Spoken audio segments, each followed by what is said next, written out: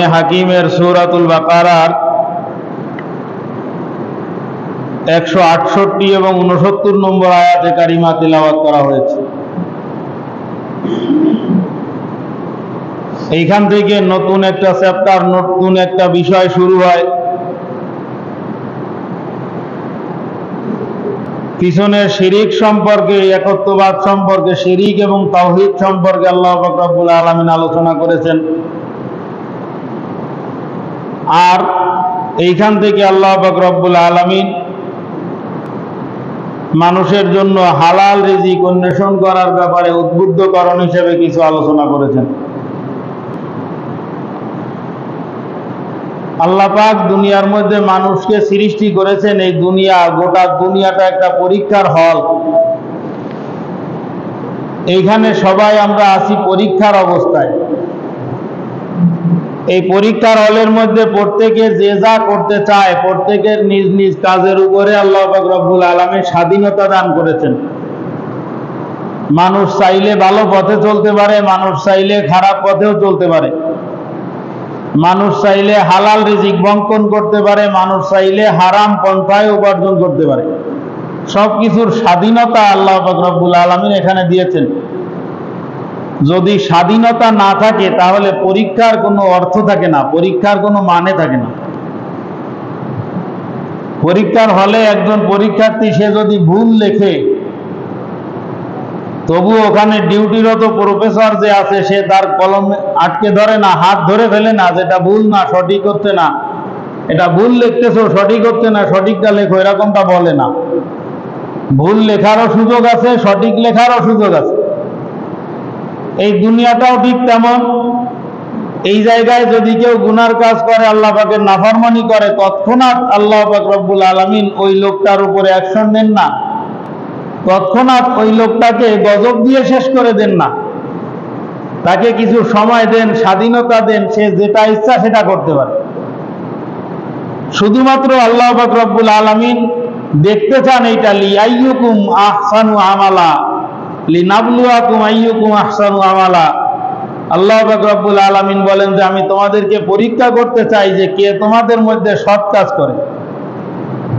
তাহলে এটা হলো পরীক্ষার হল। এইখানে সৎ কাজ করারও সুযোগ আছে, অসৎ কাজ করারও সুযোগ আছে। আল্লাহ পাক রব্বুল আলামিন গোটা মানব জাতিকে লক্ষ্য করে এখানে একটা নসিহত করতেছেন, ইয়া আইয়ুহান নাসু কুলু মিম্মা ফিল আরদি হালালান তাইয়্যিবান ওয়া লা তাত্তাবিউ খুতুওয়াতিশ শাইতান ইন্নাহু লাকুম আদুউম মুবিন। এই আয়াতের মধ্যে আল্লাহ পাক রব্বুল আলামিন বলেন, হে লোক সকল, ইয়া আইয়ুহান নাস, হে লোক সকল, কুলু মিম্মা ফিল আরদি হালালান তাইয়্যিবা, তোমরা ভক্ষণ করো জমিনের মধ্যে যা কিছু আছে হালাল এবং তাইয়্যিব তাকে, যেটা হালাল এবং তাইয়্যিব এইটাকে তোমরা ভোগ করো, ভক্ষণ করো। এই হলো একটা নির্দেশনা। ওয়ালা তাত্তাবিউ খুতুওয়াতিশ শাইতান, এটা হলো আরেকটা নির্দেশনা। এই প্রথম নির্দেশের দিকে তাকান। আল্লাহ পাক বলতেছেন যেটা হালাল এবং তাইয়্যিব সেইটাকে তোমরা ভক্ষণ করো।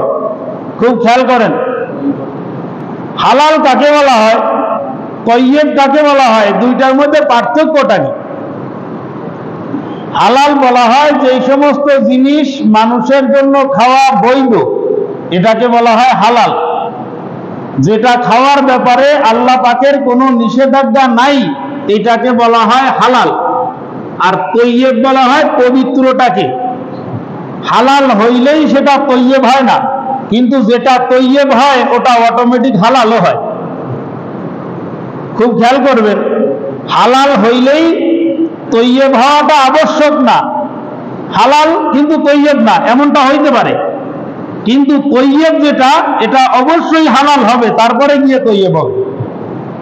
উদাহরণস্বরূপ, গরুর গোশত খাওয়া হালাল না হারাম? সবাই কবেন না, হালাল না হারাম? হালাল। এখান থেকে একটা গরু যাচ্ছে, এই গরুর গোশতটা খাওয়া হালাল না হারাম? আমাদের এই মসজিদের পুকুরে অনেক মাছ আছে, আপনি বলেন মাছ খাওয়া হালাল না হারাম? হারাম। হালাল। আমাদের এই পুকুরের মাছ খাওয়া আপনার জন্য হালাল, কিন্তু তৈয়ব না। তৈয়ব হবে যখন আপনি যথার্থভাবে কর্তৃপক্ষের কাছে টাকা দিয়ে ক্রয় করবেন, তারপরে সেইগুলো আপনার জন্য হালাল, তৈয়ব হবে। কিন্তু দুনিয়ার যত গরু আছে সমস্ত গরু আপনার জন্য হালাল। তৈয়ব হলো অতটুকু যখন আপনি টাকা দিয়ে কসাইয়ের কাছ থেকে 2 কেজি গোশত কিনবেন, ওই গোশতটুকু আপনার জন্য হালাল এবং তৈয়ব। আমি কি বুঝাইতে পারলাম জিনিসটা? গরুর গোশত খাওয়া হালাল, যেটা ক্রয় করে নেবেন ওইটা হচ্ছে তৈয়ব। তাহলে হালাল এবং তৈয়ব। এইখানকার এই পুকুরের মাছ এটা হালাল, কিন্তু তৈয়ব না। তৈয়ব হবে যখন আপনি যথার্থভাবে তার মূল্য পরিশোধ করে ওইটাকে আপনি ক্রয় করে নেবেন, তখন ওইটা হবে তৈয়ব। তাহলে হালাল বলা হয় স্বাভাবিক, সাধারণভাবে যত জিনিসের মধ্যে নিষেধাজ্ঞা নাই এটাই হলো হালাল। আর তৈয়ব হলো যেটা একচ্ছত্রভাবে আমার মালিকানাধীন, অন্যের কোনো হকের মধ্যে নাই, এটা হলো তৈয়ব। আমি কি বুঝাইতে পারলাম জিনিসটা? এটা হচ্ছে হালাল এবং তৈয়ব। খেয়াল করে নেবার, আল্লাহ পাক রব্বুল আলামিন কি বলতেছেন? যে তোমরা শুধু হালাল খাও, আল্লাহ সেটা বলেছে? কথা কয় না। হালাল খাও শুধুমাত্র সেইটা বলা হয়েছে? হালাল এবং তৈয়ব যেটা সেটা খাও। কুলু মিম্মা ফিল আরদি হালালান তাইয়্যিবা, তোমরা খাও জমিনের থেকে যেটা হালাল এবং যেটা তৈয়ব। হালাল এবং তৈয়ব এটা তুমি খাও। যেটা শুধু হালাল ওইটা তুমি খেও না, কারণ ওই হালালটাও তোমার জন্য হারাম হয়ে যাওয়ার সুযোগ আছে। ওই হালালটাও তোমার জন্য হারাম হয়ে যাওয়ার সুযোগ আছে। গরুর গোশত হালাল, চুরি করে নিয়ে গরু জবাই করে খাইলে ওটা কি? ওটা কি? ছাগলের গোশত খাওয়া হালাল, আরেকজনের ছাগল দাম পরিশোধ না করে জোর করে বা চুরি করে নিয়ে খাইলাম, ওটা কি? হারাম। মাছ খাওয়া হালাল, কিন্তু আরেকজনের ঘরে তারে না বলে চুরি করে তার মাছ মেরে আমি খাইলাম, এটা কি? হারাম। তাহলে হালাল জিনিস হারাম হয়ে যায় অন্যের হক তার মধ্যে বিদ্যমান থাকার কারণে, অন্যের অধিকার তার মধ্যে প্রতিষ্ঠিত থাকার কারণে। আর হালাল জিনিসটা যখন তৈয়ব, তার মানে হলো ওর মধ্যে কোনো ভেজাল নাই, কোনো অংশীদারিত্ব নাই, কারো কোনো অধিকার ওর মধ্যে নাই, একচ্ছত্রভাবে আমার জিনিস, আমার অধিকার, সুতরাং আমি ওটা বক্ষণ করতে পারবো, এটা আমার জন্য তৈয়ব। আল্লাহ পাক রব্বুল আলামিন বলেন কুলু মিম্মা ফিল আরদি হালালান তাইয়্যিবা। এই হালাল এবং তৈয়ব, এই তৈয়বের ব্যাপারে হালাল এবং তৈয়ব এটা এমন একটা গুরুত্বপূর্ণ একটা চ্যাপ্টার। সমস্ত রকমের নেক আমল, সমস্ত রকমের ভালো এবং মন্দ নির্ভর করে এর উপরে। অনেক বড় বুজুর্গ মানুষ, ইবাদত বন্দেগী কোনো জায়গায় কোনো রকম কোনো কমতি নাই, কোনো জায়গায় কোনো রকমের কোনো কমতি নাই। 5 ওয়াক্ত নামাজ আদায় করে, মাগরিবের পরে আবার আওয়াবিন নামাজ পড়ে, আবার তাহাজ্জুদ নামাজ পড়ে, আবার ফজরের নামাজের পরে ইশরাকও পড়ে ঠিকঠাক, কিন্তু খাবার হালাল না। তাই ইবাদত কবুল হওয়ার জন্য সর্বপ্রথম এবং সবথেকে গুরুত্বপূর্ণ শর্তই হলো হালাল খাবার। সবথেকে গুরুত্বপূর্ণ শর্তই হলো হালাল খাবার। এমন এমন ক্ষেত্র, এমন এমন পর্যায়ে আসে সম্পূর্ণরূপে বিষয়টা হালাল, কিন্তু আমি এটাকে আমার মানে নিজের কৃতকর্মের কারণে, নিজের বুদ্ধিমত্তার কারণে ওটাকে হারাম বানিয়ে ফেলি। একটা একটা করে শুরু করি। খেয়াল করেন, আমাদের বাজার কেন্দ্রিক মসজিদ, অধিকাংশ ব্যবসায়ী এখানে থাকেন, এই জন্য ওনাদেরকে আগে বলি, ব্যবসা করা এটা হালাল উপার্জনের মধ্যে গুরুত্বপূর্ণ এবং কঠিন গুরুত্বপূর্ণ একটা বিষয়। এই অত্যন্ত গুরুত্বপূর্ণ একটা ইবাদত। আমার নবী কি বলেছেন? আত-তাজিরু সুদুকুল আমিন মান নাবিয়্যিন ওয়া সিদ্দিকিন ওয়া শুহাদা ওয়া সালিহিন। আল্লাহ নবী বলেন, সততা এবং আমানতদারির সঙ্গে ব্যবসা করো। সততা এবং আমানতদারির সঙ্গে যেই ব্যক্তি ব্যবসা করবে, মুহাম্মদ রাসূলুল্লাহ বলেন যে ওই ব্যক্তি নবীদের সঙ্গে, সিদ্দিকদের সঙ্গে, শহীদদের সঙ্গে জান্নাতে যাবে। বলেন সুবহানাল্লাহ। হালাল পন্থায় ব্যবসা করবেন, সততার সঙ্গে ব্যবসা করবেন, আমানতদারিতা বিশ্বস্ততার সঙ্গে ব্যবসা করবেন। আল্লাহ নবী বলেছেন ওই লোকটা নবীদের সঙ্গে জান্নাতে যাবে। এখন এই ব্যবসার মধ্যে ঝামেলাটা হয় কোন জায়গায়? 2 নম্বর মাল 1 নম্বর বলে বিক্রি করা, বিক্রির সময় মিথ্যা কথা বলা, এটা কত দাম, এত দাম, এই দামে হবে না, ও দামে কিনতেও পারি নাই, অথচ কিনেছে তার থেকে কম দামে।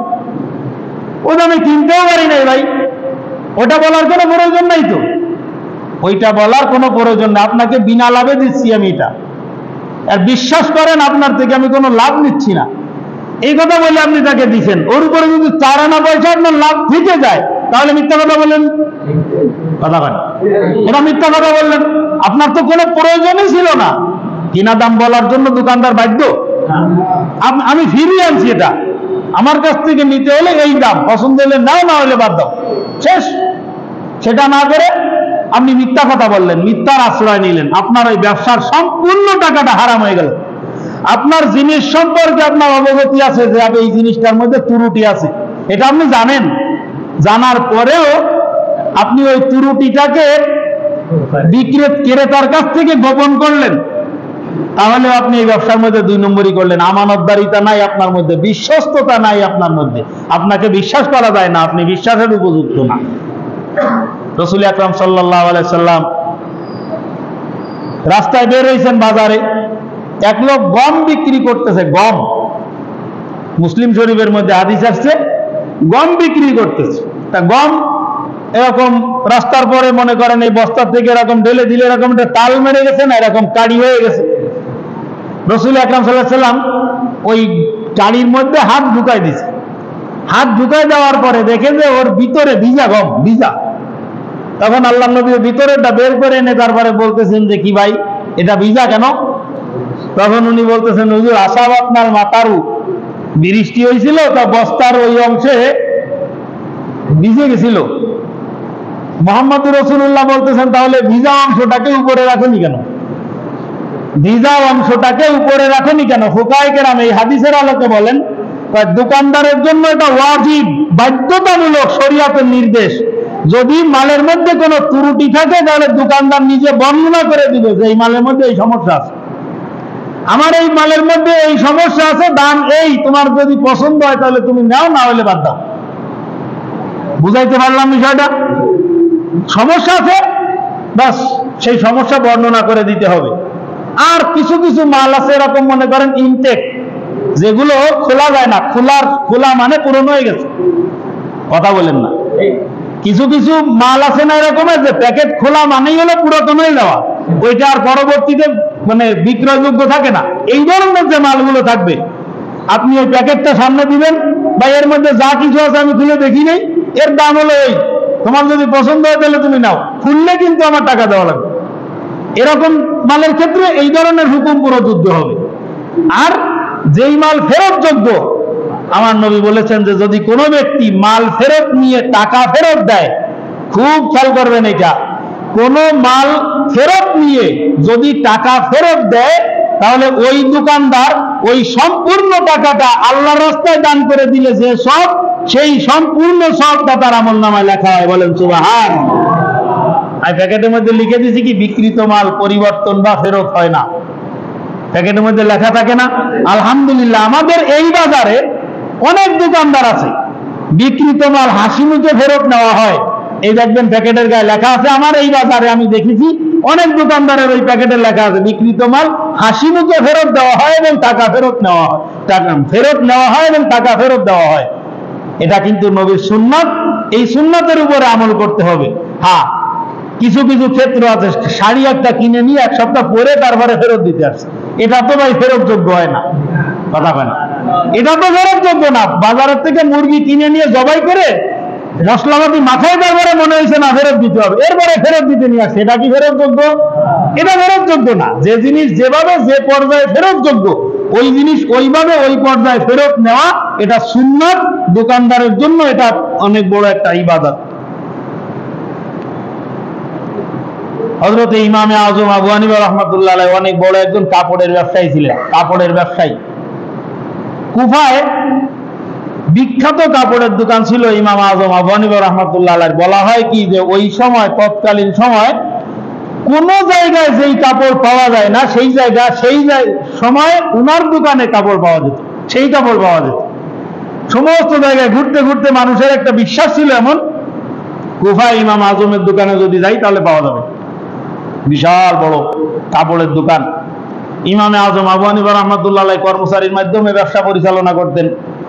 উনি মাঝে মাঝে দেখতে যেতেন সাধারণ নিয়ম অনুযায়ী মালিক তো মাঝে মাঝে দেখতে যায় ব্যবসা প্রতিষ্ঠান।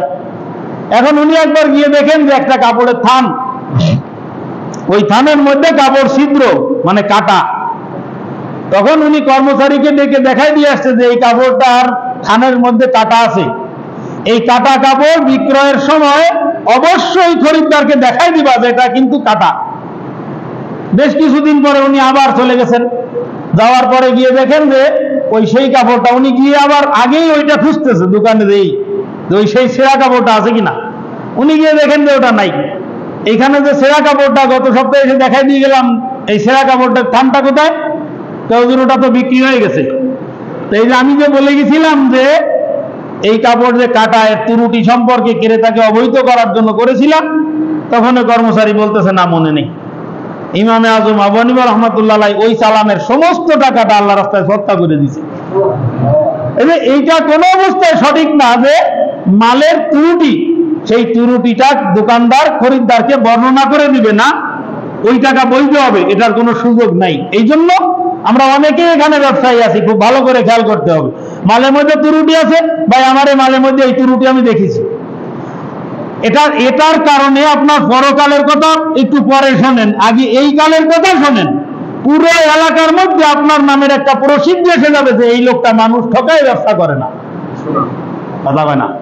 একটা সুনাম আপনার হবে যে এই লোকটা মানুষ ঠকায় ব্যবসা করে না, ওর কাছে গেলে ঠকবো না, চল ওখানে যাই।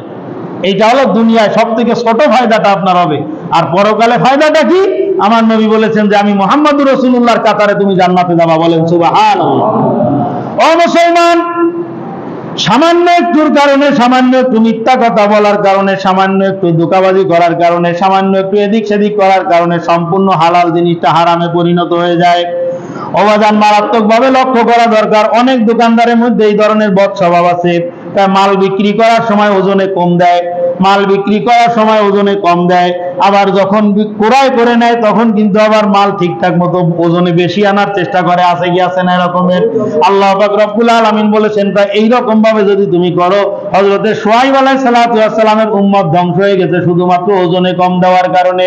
ও মুসলমান, আল্লাহ নবী বলেন তাজিরু সুদুকুল আমিন মান নাবিয়িনা ওয়াস সিদ্দিকিনা ওয়াস শুহাদাই ওয়াস সালিহিন। ও সততা এবং আমানতদারির সঙ্গে যদি কোনো ব্যক্তি ব্যবসা করতে পারে, মুহাম্মদুর রাসূলুল্লাহ বলেন ওই ব্যক্তি নবীদের সঙ্গে, সিদ্দিকদের সঙ্গে, শহীদদের সঙ্গে জান্নাতে যাবে। জোরে বলেন সুবহানাল্লাহ।